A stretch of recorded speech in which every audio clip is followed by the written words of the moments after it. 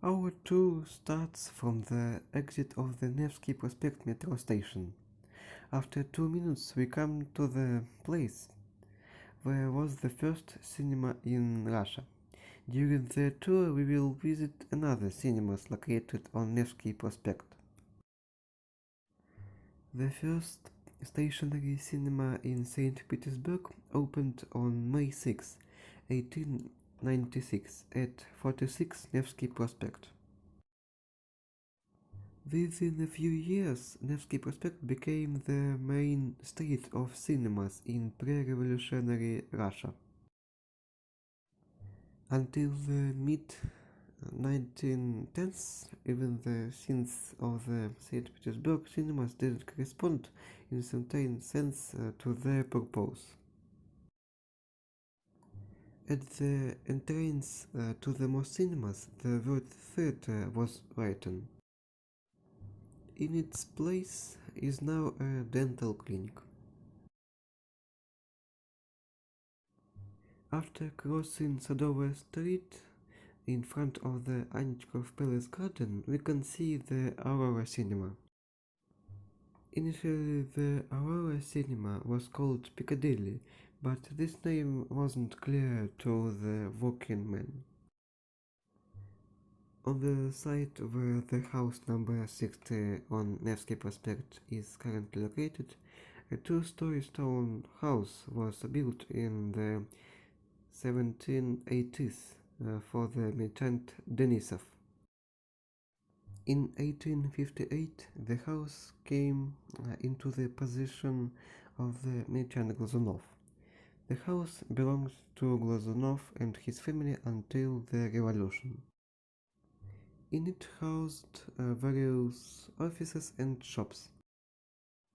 In 1913, the building of the Piccadilly Cinema was built in the courtyard of the house, designed by architects Stepanov and Sharp, which could accommodate 700 spectators.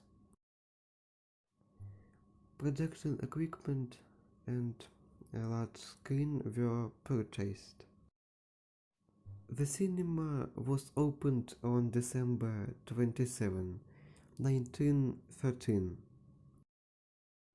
In 1932, the cinema was equipped with equipment for the demonstration of sound films, and the cinema was one of the first in Leningrad to become a sound one.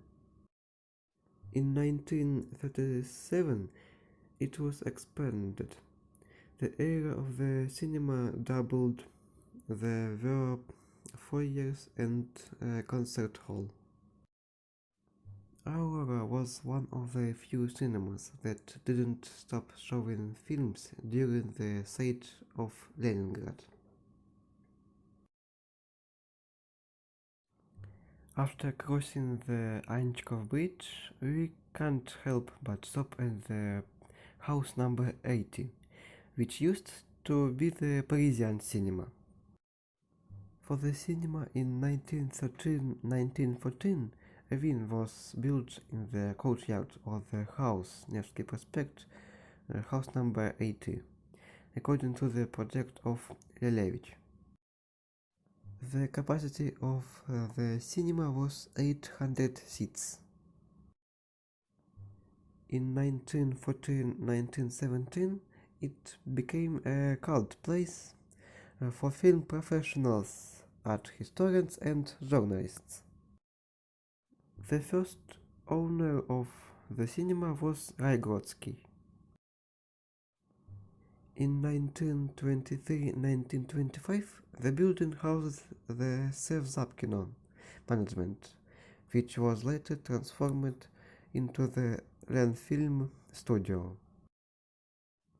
Around the same time, Dmitry Shostakovich worked as a taper in the cinema. In this form, it lasted until 1994. Film specialists asked to equip the cinema with a modern Dolby Spatial sound system, but no funds were allocated for this. Despite the fact that the cinema wasn't perfect, after the reconstruction it became a venue for cultural events.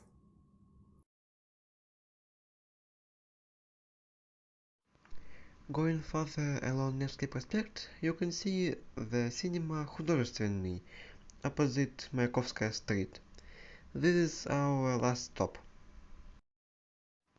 Художественный cinema in St. Petersburg, in the building at the address Nevsky Prospect 67. The first mention is from the 12th of October 1907 of a movie theater called Biophone Augschitaphone. The three-story building was built in 1842 by architect Kuzmin for the wife of the merchant Strom. In 1901-1902 the writer Kuprin lived there. In 1911 the Saturn Cinema opened in the building. The reconstruction of the building was carried out in the late 1913s and in 1951, according to the project of Johansson. In 1933, the cinema was renamed Киномассом and in 1935, Художественный.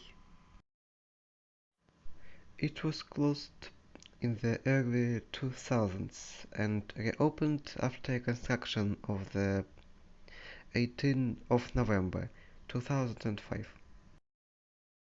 The renovated cinema has 7 halls with 820 seats. Our tour ends here. We hope you enjoyed it.